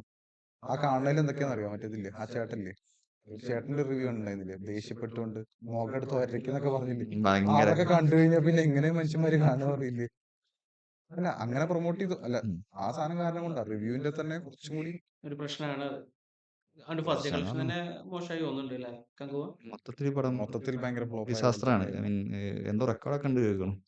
ഇതിനും റെക്കോർഡോ? ഏറ്റവും മോശം എത്ര കളക്ഷൻ ഡിസാസ്റ്റർ ലോസിന്റെ ഗ്യാപ്പിലൊക്കെ ഇരുന്നിട്ട് കാണുന്നുണ്ട്. രാധേശ്യാമൊക്കെ ആയിരുന്നു പറയുന്നത്, അതിനെ ബീറ്റ് ചെയ്യുന്നൊക്കെ പറയുന്നുണ്ട്. രാധേശ്യാമല്ല അവിടെ ആയിരുന്നു, പ്രഭാസിന്റെ മൂവി ആയിരുന്നു. പ്രവാസിന്റെ. റിവ്യൂ എന്ന് പറഞ്ഞാൽ ശരിക്കും നമുക്കൊരു രണ്ടു പോലും പറയാൻ പറ്റാത്തൊരവസ്ഥയാണ്. നല്ലതെന്ന് ചീത്താന്നും പറയാൻ പറ്റില്ല. നമ്മൾ പ്രൊഡ്യൂസറുടെ സൈഡിൽ നിന്ന് ആലോചിക്കാന്നുണ്ടെങ്കിൽ ഫസ്റ്റ് തന്നെ വന്ന് റിവ്യൂ പറയുകയാണെങ്കിൽ അത് കുറച്ച് പേരുണ്ടെങ്കിലും ഒരാൾ പറഞ്ഞ റിവ്യൂ എടുക്കുന്ന ഒരുപാട് നമ്മൾ കുറെ യൂട്യൂബ് റിവ്യൂവേഴ്സ് ഒക്കെ ഉണ്ട്. അല്ല എന്താ അല്ലെങ്കിൽ മൈക്കും പിടിച്ചുകൊണ്ട് മറ്റേ തിയേറ്ററിന്റെ ഫ്രണ്ടിൽ അടുക്കുന്ന അങ്ങനത്തെ കുറെ ഒരു മേഖലയിൽ സംഭവം എന്താ പറയാ, ഫാൻ ഷോയിൽ എന്താ പറയാ, ഞാനത് വിശ്വസിക്കില്ല കേട്ടോ. അത് ഫാൻ ഷോന്റെ കാര്യമുണ്ട്. ഫസ്റ്റ് ഷോ ഫസ്റ്റ് ഡേ പറ്റില്ല. ഫാൻ ഷോയില് ആൾക്കാരെല്ലാം നല്ല അഭിപ്രായം എന്ത് പറയും, പറഞ്ഞാലും സൂപ്പർ നല്ല എന്നൊക്കെ പറയും. പക്ഷെ ഒരു രാവിലത്തെ മറ്റേ അങ്ങനൊന്നുമില്ല. അപ്പൊ നമ്മൾ മരക്കാറും പല പടങ്ങളും ഒടിനൊക്കെ ഇറങ്ങിയിട്ട് ഫസ്റ്റ് ഷോക്ക് ഇറങ്ങിയിട്ട് കുറച്ച് ഭയങ്കര നെഗറ്റീവ് മോശമായിരുന്നു. ഓവർ ഹൈപ്പിന്റെ പ്രശ്നം അവിടെ ഉണ്ടാവുന്നത്. ഉള്ളത് പറയും നമ്മുടെ ഫാൻസ്. പ്രൊഡ്യൂസേഴ്സിന്റെ പെർസ്പെക്റ്റീവ് നിന്ന് ആലോചിക്കുമ്പോൾ റിവ്യൂ മോശം പറഞ്ഞു കഴിഞ്ഞാൽ അവർക്ക് പൈസ പോകും. നമ്മുടെ സൈഡിൽ നിന്ന് ആലോചിക്കും കാണാൻ പോയിട്ട് മോശം പടം വിവരം കിട്ടാണ്ട് പോയി കഴിഞ്ഞാൽ നമ്മുടെ പൈസ പോകും. ഒരാൾ പറയും ചെയ്തു 460-480 രൂപയ്ക്ക് ഉണ്ടായിരുന്നുള്ളൂ, വെറുതെ അത് കൊണ്ടുപോയി കളഞ്ഞു, ഓട്ടോ ഓടി കിട്ടിയ പൈസ എന്നൊക്കെ പറഞ്ഞു. ഇതുണ്ടായിരുന്നു ഞാൻ എന്റെ സുമേഷും കൂടിയിട്ട് എന്തോ ചില്ലിയും മേടിച്ച് മൂപ്പര് സുഖമായിട്ട് അവിടെ ഇരുന്നേനെ പറഞ്ഞില്ല കണ്ടിട്ട്. പൈസ പോയ ബുദ്ധിമുട്ടുണ്ട്. ഹൈക്കോടതിയിൽ എന്തോ വന്നിട്ടുണ്ടായിരുന്നില്ലേ? ഒരാഴ്ച തിയേറ്ററിന്റെ ഉള്ളിൽ കയറാൻ പാടില്ല. പക്ഷെ അതൊക്കെ പറച്ചിൽ ഇപ്പോഴും ചെയ്യുന്നുണ്ടല്ലോ, അങ്ങനെ കുറെ സെലിബ്രിറ്റികളും ഉണ്ടല്ലോ അല്ലേ? റിവ്യൂ ചെയ്യുന്നുണ്ട്. എല്ലാ ഓരോ സിനിമ പുതിയ വരുമ്പോഴും റിയാക്ട് ചെയ്യുന്നുണ്ട്. വനിതാ തിയേറ്ററിൽ ഒരു പുതിയ അവതാരം ഉടലെടുക്കുന്നതായിരുന്നു. കോസ്റ്റ്യൂമറായിട്ട് അത് കുറച്ചൊരു അറ്റൻഷൻ കിട്ടാൻ വേണ്ടി ചെയ്യുന്ന പരിപാടികളല്ലേ അതൊക്കെ. എല്ലാം ഒരു മാർക്കറ്റിംഗ്. അവര് സെൽഫ് പ്രൊമോട്ട് ചെയ്യാൻ വേണ്ടി പ്രൊമോട്ട് ചെയ്യല്ല, അത് ഇൻഡിവിജ്വലി അവൻ self promote self promote cinema അങ്ങനെ പ്രൊമോട്ട് ചെയ്തില്ല, അതാണ് ഞാൻ പറയുന്നത്. എല്ലാവരും മാർക്കറ്റ് ചെയ്യാണല്ലോ, എല്ലാവരും അവനെ സ്വയം പറ്റിട്ടാണല്ലോ ചെയ്യുന്നത്. പിന്നെ ഇത് ഒരു മുമ്പത്തെ ഒരു ഇന്റർവ്യൂ ഉണ്ടായിരുന്നു, ആരുടെ, സുരേഷ്, നമ്മുടെ വിജയ് ബാബു ഇല്ലേ, വിജയ് ബാബുവിന്റെയും ചെകുത്താന്റെയും മറ്റേ ആറട്ടം, അങ്ങനെ എല്ലാരും കൂടി ഒരു ഇന്റർവ്യൂ ഉണ്ടായിരുന്നു. അതിനകത്ത് നല്ല പടങ്ങൾ മാർക്കറ്റ് ചെയ്യാൻ വേണ്ടിട്ട്, അതായത് കുറച്ചൊന്ന് പുഷ് ചെയ്യാൻ വേണ്ടിട്ട് ഈ റിവ്യൂവേഴ്സിന് പൈസ കൊടുത്തോണ്ട് കുറച്ചൊരു പരിധി വരെ ന്യൂട്രൽ റിവ്യൂ പറയുന്ന ആൾക്കാർ, ഇപ്പൊ മോശമാണെങ്കിൽ സിനിമ പ്രാന്തണ്ടല്ലോ, നമ്മുടെ സിനിമ പ്രാന്തം പറഞ്ഞൊരു ഫേസ്ബുക്ക് പേജ് ഉണ്ട്. അവര് പണ്ടൊക്കെ ഇതേ പരിപാടി ചെയ്താണ്. എന്നിട്ട് ഇയാളെ പ്രൊഡ്യൂസറായി, സിനിമ പ്രാന്തന്റെ പ്രൊഡ്യൂസറപ്പോ ആരും അങ്ങനെ നെഗറ്റീവ് റിവ്യൂ അയാൾ ഭയങ്കരമായിട്ട് ചൂടാൻ കാര്യങ്ങൾ ചെയ്തപ്പോ ഒരുത്തൻ സാബ് അടിച്ച ഡയലോഗാണ്, നീ ഈ പരിപാടിനുള്ള ചെയ്തായിരുന്നു പണ്ട് ചോദിച്ചു. അപ്പൊ കണക്ഷൻ കിട്ടാൻ വേണ്ടിയിട്ടുണ്ടല്ലോ, അപ്പൊ ഈ അറ്റൻഷൻ സീക്ക് ചെയ്ത് കണക്ഷൻ കിട്ടാൻ വേണ്ടിയിട്ട് അന്ന് ചെയ്താന്ന് പറഞ്ഞു. പുള്ളി മറ്റേ സൈഡിലെത്തിയപ്പോ അതിന്റെ വിഷമം മനസ്സിലാകാൻ തുടങ്ങി. അല്ല പിന്നെ നമ്മുടെ ഈ കുറെ അത്യാവശ്യം നല്ല റെപ്യൂട്ടഡ് ട്രോൾ പേജുകളൊക്കെ തന്നെ ഉണ്ടല്ലോ, സിനിമകള് ഇറങ്ങിക്കഴിഞ്ഞാൽ ഭയങ്കര നല്ല റിവ്യൂ, ഇത് തകർക്കും ഇത് പൊളിക്കും, പെയ്ഡാണ്. പിന്നെ അത് കഴിഞ്ഞ് തകർക്കും പൊളിക്കുന്നല്ല ഞാൻ പറഞ്ഞ, അതിന് ശേഷമുള്ള റിവ്യൂ പറയണത്. നിറഞ്ഞ സദസ്സിൽ ഓടിക്കൊണ്ടിരിക്കും. അതും കേട്ട് OTT റിലീസ് ആയി കഴിഞ്ഞാലാണ് ആ പടത്തിന്റെ ട്രോളുകൾ യഥാർത്ഥത്തിലുള്ള അവസ്ഥയുള്ളത് വരുള്ളൂ. അപ്പൊ നമ്മളിപ്പോ അങ്ങനത്തെ റിവ്യൂ നമുക്ക് വിശ്വസിക്കാൻ പറ്റുമോ? ഒ പൈസ ടി കൊടുത്തിട്ട് ടി ഒരു പക്ഷേ എനിക്ക് തോന്നുന്നു OTT ഉണ്ടല്ലോ, ഈ തിയേറ്റർ ഒരു വ്യൂയിങ്ങും OTT വ്യൂയിങ്ങും തമ്മിൽ വ്യത്യാസം വ്യത്യാസമുണ്ട് ഉണ്ടായിരിക്കും. അപ്പൊ വ്യത്യാസമുണ്ട്. അതന്നെ അപ്പൊ പറഞ്ഞത്. ചിലത് ഓവർ റേറ്റിംഗ് എന്ന് പറയുന്നുണ്ട്, അണ്ടർ റേറ്റഡ് എന്ന് പറയുന്നുണ്ട്. അപ്പൊ OTT വ്യൂയും കൂടി നമുക്ക് ഉറപ്പിച്ച് പറയാൻ പറ്റില്ല. രണ്ടും ഒരേ ഫീൽ ആയിരിക്കും നമ്മൾ തിയേറ്ററിൽ. അപ്പൊ മാസ് മസാല മൂവീസ് ഒക്കെ നമ്മൾ തിയേറ്ററിൽ തന്നെ കാണാം. അത് നമ്മൾ OTT ന്ന് വിലയിരുത്താൻ പറ്റുക എന്ന് കഴിഞ്ഞാൽ അത് അല്ല തെറ്റായതാണ്. അതങ്ങനെ ഞാൻ ആ പെർസ്പെക്റ്റീവിലല്ല പറഞ്ഞത്. ഈ സെയിം മൂവി തന്നെ ഉം. തിയേറ്ററിൽ ഇറങ്ങുന്ന സമയത്ത് വളരെ നല്ല അഭിപ്രായം അല്ലെങ്കിൽ നിറഞ്ഞ സദസ്സ് എന്നൊക്കെ പറഞ്ഞ് അടിച്ചതൊക്കെയുള്ള സാധനങ്ങളാണ് ആ സെയിം മൂവി OTT വരുമ്പോഴാണ് ആ മൂവിയുടെ ഫുള്ള് ട്രോളായിട്ട് വരുന്നത്. ഓ അത് മറ്റേ പ്രശ്നങ്ങളൊക്കെ ഇതല്ലേ പൈസ കൊടുത്ത പെയ്ഡ് പ്രൊമോഷൻ വർഷങ്ങൾക്ക് ശേഷത്തിൽ അല്ലാതൊരു വർഷങ്ങൾക്ക് ശേഷമൊക്കെ ഓതന്റിസിറ്റി എന്ത് ആയിരുന്നു. ജാതി പ്രൊമോഷൻ ആയിരുന്നു ട്രോൾ പേജുകളിലൊക്കെ. പിന്നെ അതിന് ശേഷം ഇല്ല ഒ ടി പടം ടി വന്നു. ഇറങ്ങിയതിന് ശേഷം ഭയങ്കരമായിട്ട് ട്രോള് നേരിട്ട് മറ്റേ ആ ജ്ഞാപക സോങ് ഇട്ടിട്ടില്ലേ അല്ല ഭയങ്കര നമ്മള് ഇതായിരുന്നു. തിയേറ്ററിൽ പോയി കണ്ടാണ്. ഭയങ്കര എഡിറ്റിംഗ് ആയിരുന്നു. കൂട്ടുകാരൻ്റെ ഡിക്കി ഉണ്ടായിരുന്നു. ഇത് വെറുത്തിട്ട് സഹിക്കാൻ അത് പറ്റാഞ്ഞിട്ട്. അന്നത് ആവേശത്തിന്റെ കൂടെ കളിച്ചിട്ടാണ് മറ്റേ എത്രയോ കോടി പ്രോഫിറ്റബിൾ ആയിരുന്നു അന്ന്. അതാ മാർക്കറ്റിംഗ് മാർക്കറ്റിങ്ങിന്റെയും പിന്നെ നിവിൻ പോളിയുടെ കുറച്ച് പോർഷൻസ് ഉണ്ടായിരുന്നു. അപ്പൊ നിവിൻ പോളി ഫാൻസ് ഭയങ്കരമായിട്ട് ആഘോഷിച്ചു ആ സാധനം. ആ പിന്നെ പോർഷൻ അതുമല്ല മാത്രം നമ്മളിപ്പോ ഉണ്ടാകുമ്പോൾ കുറച്ചൊരു ഇനീഷ്യൽ ആശ്വാസം ക്ലാസ്സിൽ പടം എന്ന് ഉണ്ടായിരുന്നു. പറയുമ്പോൾ ഒരു എക്സ്പെക്ടേഷൻ ഉണ്ടല്ലോ. അതിലും കുറെ അതുണ്ടായിരുന്നു. എക്സ്പെക്ടേഷൻ അല്ല ഇനിയിപ്പോ എന്താ അറിയോ ഇപ്പൊ അടുത്ത പടം ചെയ്യുമ്പോഴാ പക്ഷെ അതില് വേറെ സാധനം എന്താ കാണിച്ചില്ല. ആ പടം ഇറങ്ങിയ ശേഷം എവിടെയും നെഗറ്റീവ് റിവ്യൂ ഒന്നും അധികം എവിടെയും കണ്ടിട്ടില്ല. ഉണ്ടായിരുന്നു. JBTV പോലുള്ള ചാനലിൽ പറഞ്ഞിട്ടുണ്ടായിരുന്നു. അങ്ങനെ കുറച്ച് വളരെ ഞാൻ ഇപ്പോൾ സിനിമ കണ്ട് പക്ഷെ അശ്വിൻ പുറത്തിറങ്ങിയ സോക്ക് സമയത്താണ് നല്ലതല്ലേ പറഞ്ഞത് അശ്വിൻ കോക്കും ചില കാര്യങ്ങൾ പറഞ്ഞിട്ടുണ്ടായിരുന്നു. പക്ഷെ ഈ നിവിൻ പോളി ആ പോർഷൻ ഉണ്ടല്ലോ, ആ അത് പോർഷൻ നന്നായിട്ട് ഭയങ്കരമായിട്ട് വർക്ക് അടിപൊളിയായിരുന്നു. ചെയ്തുകൊണ്ട് അപ്പൊ അവർ ആ ക്ലൈമാക്സ് ഭാഗത്ത് കുറെ സംഭവം വന്നുകൊണ്ട് അവർ അതിൽ ഫോക്കസ് ചെയ്തുകൊണ്ട് ഇത് താഴ്ത്തപ്പെട്ടു. അല്ല പക്ഷെ ഞാനത് ആ നിവിൻ പടം പോളിയുടെ ഒരു കണ്ടൊന്ന് കംബാക്ക് കഴിയാൻ പോലെയൊക്കെ വേണ്ടിയിട്ടുണ്ടല്ലോ. പറഞ്ഞിട്ടുണ്ടായിരുന്നു അതിന്റെ ഇടയിൽ കൂടെ ഉം. പടം ഒന്ന് കണ്ടു കംബാക്ക് പോലെ തിരിച്ചു വരവാണ് അതെ നിവിന്റെ നിവിൻ എന്നൊക്കെ പോളി പറഞ്ഞ രീതിയിൽ ആ സോങ്ങും കാര്യങ്ങളൊക്കെ ഉണ്ടല്ലോ, അവന് ഒറ്റയ്ക്ക് വഴിവെട്ടി വന്നവനവിടെ മനസ്സിലായി അതിന്റെ റീച്ച് വേറെ ആയിരുന്നു. കാരണം അവൻ തന്നെ പറയാണല്ലോ.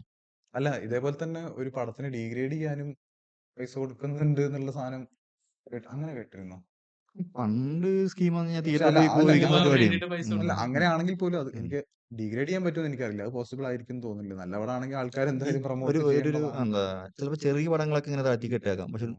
ഇപ്പൊ എന്താ വെച്ച് കഴിഞ്ഞാൽ എല്ലാവരും ഒരുവിധം ആളുകളൊക്കെ ഒരുവിധം ആവറേജ് പടങ്ങൾ ഹിറ്റ് ആവുന്നതിന്റെ പ്രശ്നമുണ്ട്. ഉം. നമ്മൾ ഈ റിവ്യൂ നോക്കിയിട്ട് ആളുകൾ പോകുന്നതുകൊണ്ട്.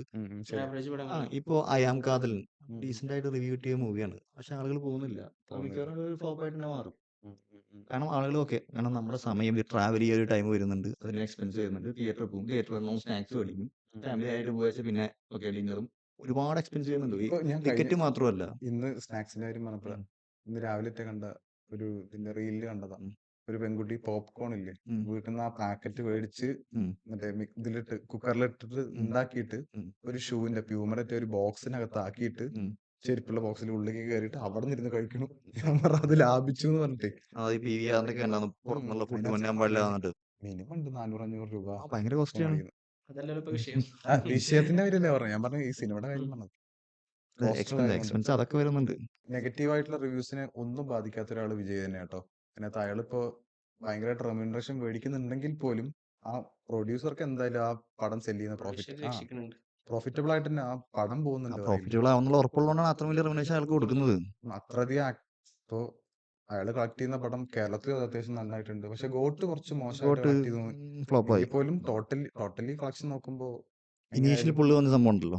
പിന്നെ തമിഴ്നാട്ടിൽ എന്ത് മോശം റിവ്യൂ വന്നാലും ഇപ്പൊ എന്താ ഗോട്ട് എക്സ്ട്രാ ഇൻഡസ്ട്രി വന്നത് 200 കോടി എന്ത് സംതിങ് കളക്ട് ചെയ്ത് ഗോട്ടെ തമിഴ്നാട്ടിൽ മാത്രം. തമിഴ്നാട്ടിൽ മാത്രമായിട്ട്. അത് ആ ഫാൻ ബേസിലാണ്. ബോട്ടിന്റെ ഒരു ആർട്ടിക്കിൾ വെച്ചാൽ പ്രൊഡക്ഷൻ കോസ്റ്റ് മൊത്തം 400 കോടി 200 കോടിയും വിജയുടെ റെമ്യൂണറേഷൻ ആണെന്ന് പറഞ്ഞു. അല്ല ഞാൻ അടുത്തൊരു പടം കൂടി ഇറങ്ങാതിരിക്കുന്നില്ല എന്റെ തലപതി 69 അതും 225 കോടി. ഇപ്പൊ ഇന്ത്യയിലെ ഏറ്റവും വലിയ റെമ്യൂണറേഷൻ വാങ്ങിക്കുന്ന വ്യക്തിയായിട്ട് മാറുകയാണ് ഈ സൗത്തിലുള്ള ഒരു വ്യക്തി. ഇന്ത്യയിലത്തെ SRK ബീറ്റ് തമിഴിൽ വിജയ് പറഞ്ഞ പോലെ തന്നെ എന്തായാലും നമുക്കൊരു അഷ്വർ ചെയ്യാൻ പറ്റിയൊരു നടനാണ് മലയാളത്തിൽ മോഹൻലാൽ. ഇപ്പോൾ വിജയുടെ അത്ര ഇപ്പൊ എല്ലാ ഫിലിമിനും ഒരു എന്താ പറയുക പ്രോഫിറ്റ് ഗ്യാരണ്ടി ചെയ്യുന്നില്ലെങ്കിലും ഒരു ഇനീഷ്യൽ പുൾ എന്തായാലും മോഹൻലാലിനുണ്ട് എല്ലാ പടത്തിലും. ഇപ്പൊ മരക്കാരായാലും സംഭവം ഫിലിം കുറച്ച് മോശമായിരുന്നെങ്കിലും പുള്ളിയുടെ പറഞ്ഞുകൊണ്ട് ഇനീഷ്യൽ പുള്ളിൽ ഫസ്റ്റ് ഡേ കളക്ഷൻ ഒക്കെ അത്യാവശ്യം ഉണ്ടായിരുന്നു. ഇപ്പൊ ഇനി പുള്ളിയുടെ ഡയറക്ഷനിൽ ബറോസ് എന്നുള്ള മൂവി വരുന്നുണ്ട്. ട്രെയിലറും കാര്യങ്ങളും കണ്ടിട്ടുണ്ടായിരുന്നില്ല അതിന്റെ. ഒരു കുട്ടികൾക്കുള്ള പടം എന്നാണ് പറയുന്നത്. ആ ഒരു പെർസ്പെക്റ്റീവില് കണ്ടിട്ടാണ് നമുക്ക് അഭിപ്രായം പറയുള്ളൂ. അല്ലാണ്ട് ഒരു മാസം ഒന്നാമത് വെർച്വൽ 3D വരെ ട്രെയിലർ ഇറക്കിയത്. അപ്പോ നമ്മൾ നോർമലി കാണുന്ന ഒരു യൂഷ്വൽ ഒരു ടെംപ്ലേറ്റിലല്ല, ആസ്പെക്ട് റേഷ്യോയിലൊക്കെ ഭയങ്കര വ്യത്യാസം ഉണ്ടാകും.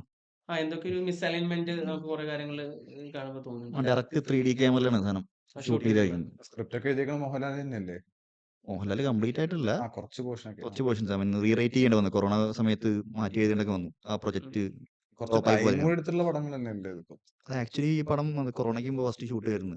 എന്നിട്ട് കൊറോണ കഴിഞ്ഞിട്ട് പിന്നെ ഷൂട്ട് ചെയ്യുന്നത്. അപ്പോൾ കുട്ടി വലുതായി, അപ്പോൾ പിന്നെ കാസ്റ്റ് മാറേണ്ടി വന്നു, വീണ്ടും റീഷൂട്ട് ചെയ്യേണ്ടി വന്നു. അപ്പോൾ ഒരുപാട് ബഡ്ജറ്റ് കൂടി. പിന്നെ ഈ മറ്റേ ട്രാവലിനൊക്കെ കുറെ റെസ്ട്രിക്ഷൻസ് ഉണ്ടായിരുന്നു. അപ്പൊ ആക്ടേഴ്സിന് ഒരുപാട് മാറ്റം വന്നു. അപ്പോ ആ സ്ക്രിപ്റ്റ് വെച്ച് മുന്നോട്ട് പോകാൻ ബുദ്ധിമുട്ടുണ്ടായി. അപ്പോഴാണ് പിന്നെ റീറേറ്റ് ചെയ്യുന്നത്. പെട്ടെന്ന് തട്ടിക്കൂട്ടിയ ഉദയനാണ് സ്ക്രിപ്റ്റാണ്. താരം ക്ലൈമാക്സ് പോലെ ഇതിനകത്ത് എന്താ സരോജ് കുമാർ വരില്ല സ്ക്രിപ്റ്റ് റീറൈറ്റ് ചെയ്തിട്ട് പടം ഷൂട്ട് ചെയ്ത് കംപ്ലീറ്റ് ഓ, ചെയ്തു. അങ്ങനെ അല്ല എക്സ്പെക്ടേഷൻസും ഈ ബറോസിൽ ഭയങ്കര ഹൈ തന്നെ എല്ലാ ആൾക്കാരും. ഇതിപ്പോ എന്തൊക്കെ അത് ലാലേട്ടന്റെ പിന്നെ എന്താ അറിയോ മാർക്കറ്റ് ചെയ്ത് ഇപ്പൊ കുട്ടികൾക്കുള്ള പടാന്ന് പറയുമ്പോ പിന്നെ നമുക്ക് എന്തായാലും വലിയ പ്രത്യേകിച്ച് കൂടുതലൊന്നും പ്രതീക്ഷിച്ച് പോകേണ്ട ആവശ്യമില്ല. സിമ്പിൾ ആയിട്ടുള്ള സാധനങ്ങൾ എന്തെങ്കിലുമൊക്കെ ആയിരിക്കുന്നുണ്ട്. പക്ഷെ ഈ ഫാക്ടറി ആണ് മറ്റേ ഹൈപ്പിന് മോശം പോസിറ്റീവും അല്ലേ. ഇയാളെ എന്തൊക്കെ പറഞ്ഞാൽ ലാസ്റ്റ് ഡേറ്റിനോട് നടക്കുമ്പോൾ ഹൈപ്പ് കൂടും. ഹൈപ്പ് കൂടുന്നുണ്ട്. എനിക്ക് പെട്ടെന്ന് മറ്റേ ദൃശ്യത്തിന്റെ ജിത്തു ജോസഫിന്റെ ഒന്നുമില്ല, സാധാരണ പടം. അല്ല പിന്നെ മൂപ്പര് നന്ന രീതിയിൽ എടുത്തിട്ടുണ്ടെന്ന് പറഞ്ഞില്ലേ.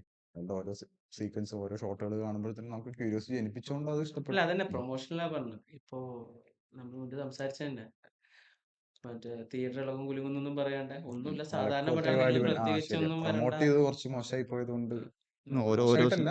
ഈ മമ്മൂട്ടി കമ്പനി ചെയ്യുന്നുണ്ടല്ലോ, ഓരോ പടത്തിനും വ്യക്തമായിട്ട് മനസ്സിലാക്കിയിട്ട് ഈ പടത്തിന് ഹൈപ്പ് വേണോ അതിനനുസരിച്ചുള്ള പ്രൊമോഷൻ രീതിയാണ്. അത് ഭയങ്കര പ്ലാനിങ്ങൾ അവർ ചെയ്തുകൊണ്ടിരുന്നു.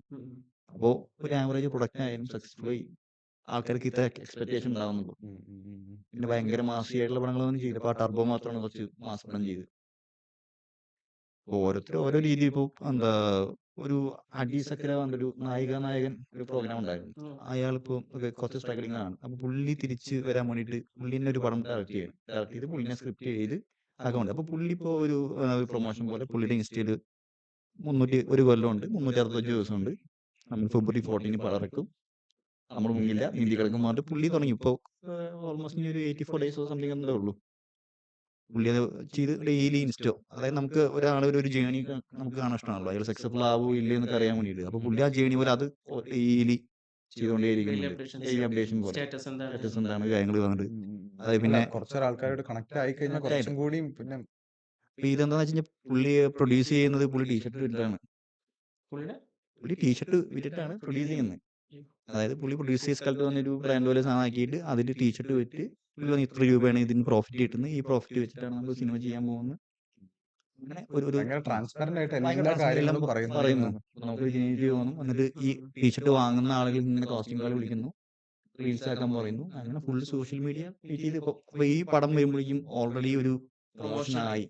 എല്ലാവർക്കും അതായത് ഉള്ളിലൊരു തോന്നി ഇയാൾ ഇത്രയും കഷ്ടപ്പെട്ടാലും നമുക്ക് ആ കഷ്ടപ്പാടിൽ മൊത്തം നമ്മൾ ത്രൂട്ട് കണ്ടുകൊണ്ടിരിക്കുകയാണ്. ഇപ്പൊ ബാക്കിയുള്ള സിനിമകളൊക്കെ പറഞ്ഞു ഞങ്ങൾ കഷ്ടപ്പെട്ടിട്ടുണ്ട് എന്ന് പറയുമ്പോൾ നമ്മൾ നേരിട്ട് കാണുന്ന പോലെയാണ്. അപ്പൊ നമുക്ക് ഉള്ളിലൊരു ആളുകൾക്ക് ഉണ്ടാവും ഇയാളുടെ പടം ജയിച്ചിട്ടുള്ള ഒരു തോന്നലുണ്ടാവുമല്ലോ. അങ്ങനെ രീതിയിലുള്ള ഒരു പ്രൊമോഷനെ പുള്ളി ചെയ്യുന്നത് ഇതുവരെ ഞാൻ കണ്ടില്ല. കൂട്ടായ ഒരു അറ്റംപ്റ്റ് പോലെ ഏറ്റവും പോലെ അയാള് മാത്രമല്ല ഇതിനകത്ത് ഇൻവോൾവ് ആയിട്ടുള്ളത്. ആ എല്ലാവരും മേടിക്കുന്ന അതായത് ഓരോ ആൾക്കാരും ഓരോരുത്തരും പ്രൊഡ്യൂസർ എന്നുള്ള കൺസെപ്റ്റ് വരുന്നത്. ഫീല് വരുമ്പോൾ എന്താ അറിയാം, സ്വാഭാവികമായിട്ട് നമ്മുടെ പ്രോഡക്റ്റ് നമ്മൾ കാണില്ല. അറ്റ്ലീസ്റ്റ് അത് കാണാൻ ശ്രമം നടത്തില്ലേ. അതാ വാങ്ങിച്ച ആളുകളും പോയി കാണുമല്ലോ. അപ്പൊ നല്ല പടമാണെങ്കിൽ സക്സസ്ഫുൾ ആയിരിക്കും. ശരിയാണ്. അപ്പോൾ ഈ പ്രൊഡ്യൂസേഴ്സിന്റെ കാര്യം പറഞ്ഞല്ലോ. അപ്പോൾ പുള്ളി ചെയ്യുന്ന പടം നല്ലപോലെ വരട്ടെ എന്ന് ആശംസിക്കാം.